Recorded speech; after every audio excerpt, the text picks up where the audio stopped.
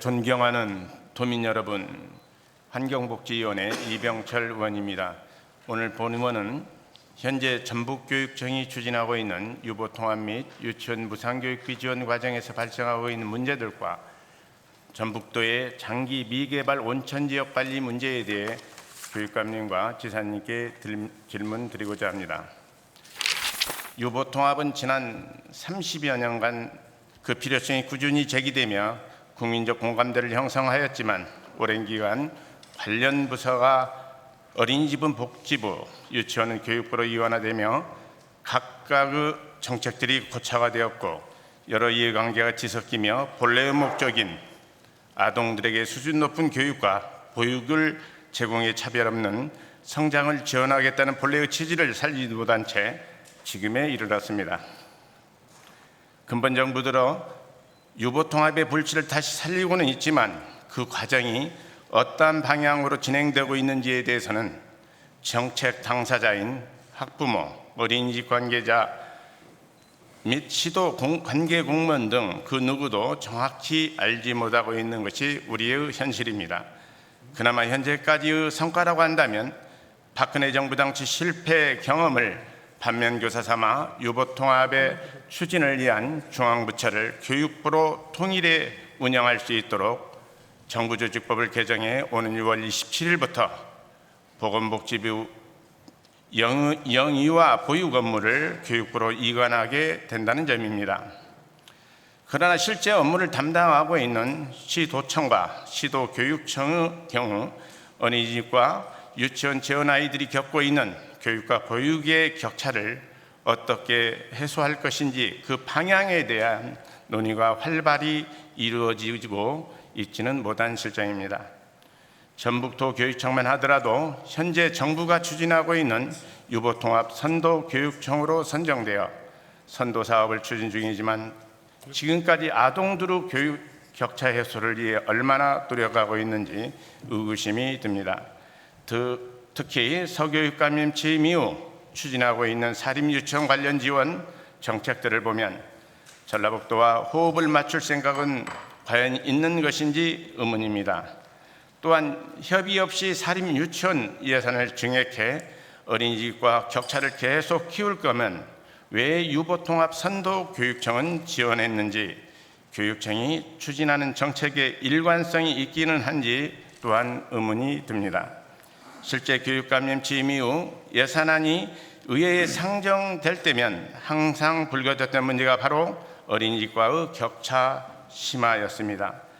지난 2023년 본 예산안 심사 당시 교육청은 교육감님의 유치원 무상교육 공약 이행률 달성만을 위해 함께 논의해야 되는 어린이집 예산은 안중에도 없이 유아 1인당 19만 1,000원의 예산을 편성하여 어린이집과 유치원의 갈등만 고조시켰고 이후 2024년 본예산 편성 당시에도 관련 예산 증액 계획으로 인해 도청과의 갈등을 격화시켰습니다. 도교육청의 일방적인 예산 편성이 있을 때마다 도의회는 교육청의 이러한 독단적 행보와 예산 편성의 문제에 대해 질타했고 도교육청이 키운 격차를 좁히기에 노력해 왔습니다. 이처럼 지난 2년 동안 도의회와 도청, 어린이집, 공립유치원 등에서 도교육청의 사립유치원 예산 편성에 대해 문제와 우려를 지속적으로 제기해 왔습니다.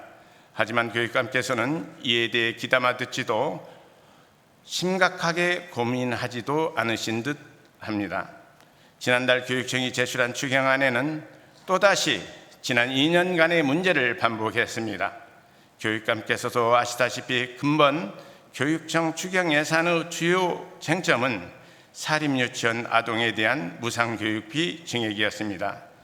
교육감님, 현재 유보통합이 진행되고 있는 과정에서 유치원 관련 예산을 증액하거나 새로운 사업을 시작할 때 가장 고려되어야 할 부분이 무엇이라고 생각하십니까?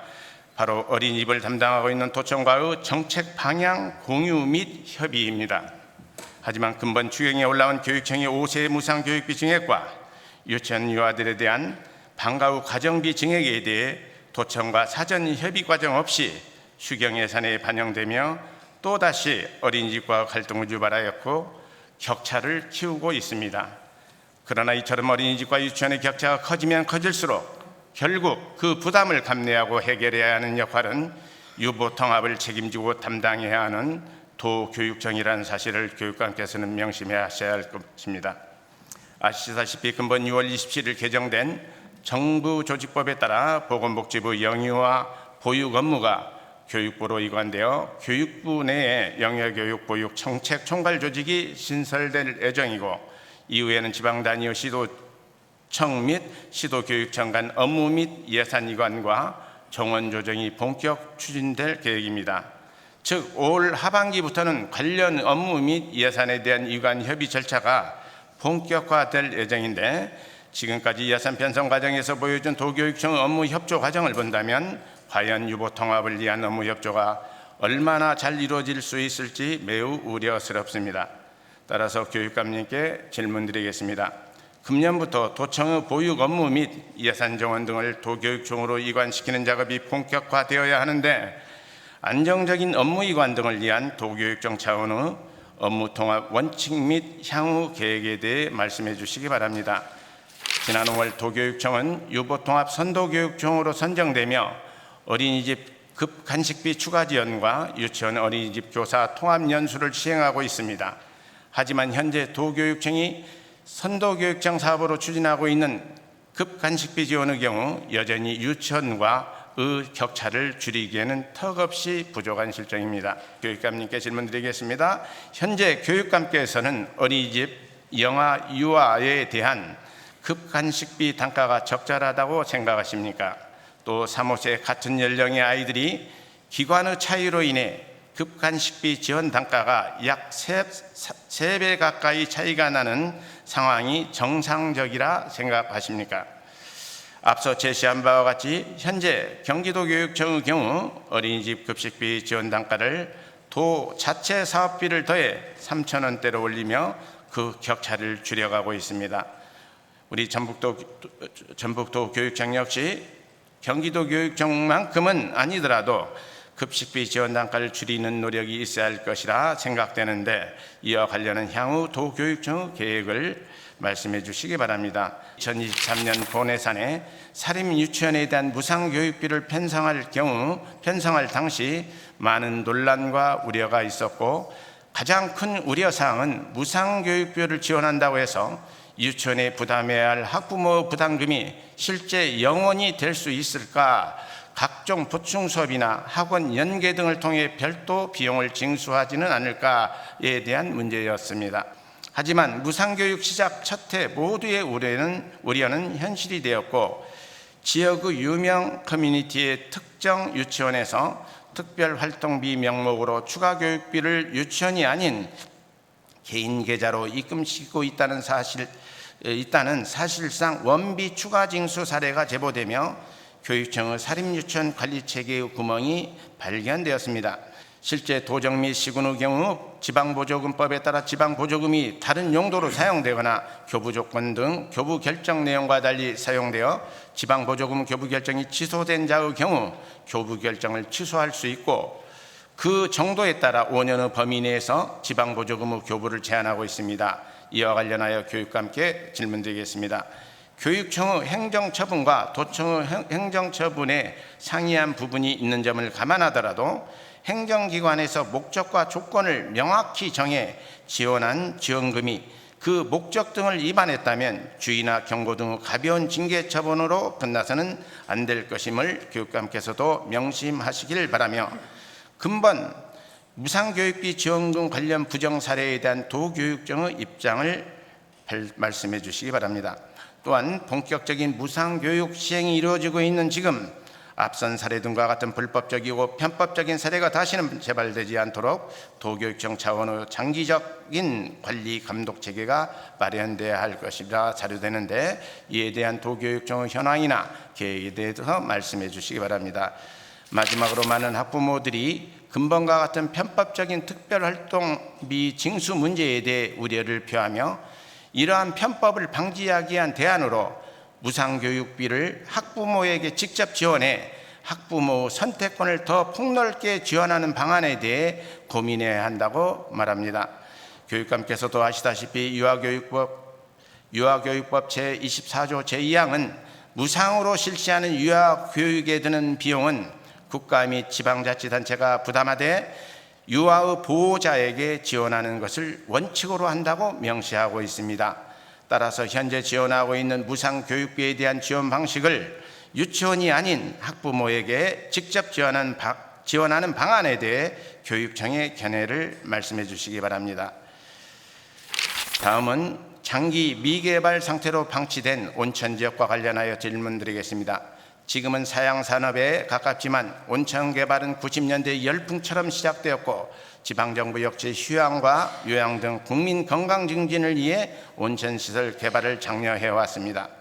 온천 개발은 81년도에 제정된 온천법에 따라 온천 발견 신고 수리 후 이용권자 의견을 들어 6개월 이내에 온천공 보호구역 또는 온천 개발 계획에 따른 온천 원보호지구로 지정해 관리하도록 하고 있습니다. 또한 보호지구로 지정되어 온천 개발 계획에 따라 토지 용도가 결정되면 용도 이외의 개인적인 개발 행위 등 재산권 행사가 제한되며 온천 발견 신고 수리 후 3년 이내 온천공 보호구역 지정 후 1년 6개월 이내 온천원 보호지구 지정 후 2년 이내의 개발 사업에 착수하지 않으면 자치단체장은 온천 발견 신고 수리 등을 취소할 수 있도록 규정하고 있습니다. 그러나 온천 발견 신고 수리, 온천공 보호구역, 온천원 보호지구 지정 후 장기간 개발 지연 또는 미개발에 따른 개인 재산권 침해와 주민 간 갈등 발생 등의 원인이 되는 실정입니다. 도내 온천 개발로 지정된 곳은 총 14개소로 온천원 보호지구는 9개소, 온천공 보호구역은 5개소가 지정되어 있습니다. 도 환경당국이 제출한 도내 시군별 온천 현황 및 운영 현황에는 14개 온천 개발로 지정된 곳 중 실제 영업 중인 곳은 7개소로 명시되어 있지만 익산항공과 김제온천은 폐업 중으로 실제 온천을 운영 중인 곳은 5개소로 당국은 이와 관련한 현황조차 제대로 파악하지 못하는 모습입니다. 더 큰 문제는 현재 개발 중인 곳입니다. 완주 대둔산 온천은 88년 온천원 보호지구가 승인되어 개발 진행 지역으로 타이틀을 가지고 있을 뿐 사실상 26년간 관리 사각지대로 방치되어 도민의 피해가 발생하고 있습니다. 지난 마이산 해봉온천은 90년 온천 발견 신고 이후 2001년 온천 사업 착수만 했을 뿐 개발 진척이 없어 34년간 방치된 것이나 마찬가지입니다. 더욱이 부안 궁항의 온천 개발 사업은 온천 사업이 주요 목적이 아닌 새만금 개발 매립 사업을 필요한 매립토 판매를 위한 사업이라는 소문까지 나도는 실정입니다. 수십 년간 개발이 완료되지 못한 지역들은 사업자가 여러 차례 바뀌기까지 해 개발 목적이 아닌 이익 편취만을 노린 투기 목적이 아니었는지 의심까지 드는 현 상황입니다. 그런데도 온천 개발 계획을 수립한 지자체와 관리해야 할 도는 이 사태를 방관하고 대책을 마련하지 않아 도민 피해를 가중시키는 건 아닌지 따져봐야 합니다. 희망에 부풀었던 온천지구 기대와 꿈은 허망하게 되어 도민들의 생활 불편은 물론 개인 재산권의 행사의 불이익까지 초래하고 있습니다. 나아가 주민 간 갈등을 초래하고 있어 개선이 시급한 실정입니다. 이에 대한 전북도 차원의 그간의 노력과 대책은 무엇이었는지 말씀해 주시기 바랍니다. 이제라도 전북자치도가 도내 온천 개발 지구의 효율적 이용과 주민 피해 방지를 위해 각 지역에 대한 전수조사를 토대로 문제점 파악과 선제적 대응이 절실한 상황입니다. 전북자치도 차원의 향후 대책은 무엇인지 말씀해 주시기 바랍니다. 늦은 만큼 보다 더 적극적인 행정으로 도민들의 생활 불편 해소와 개인의 재산권 보호 방안을 이번에는 꼭 마련해 주시기를 당부합니다. 이상 도정 및 교육학에 관한 질문을 모두 마치겠습니다. 경청해 주셔서 감사합니다.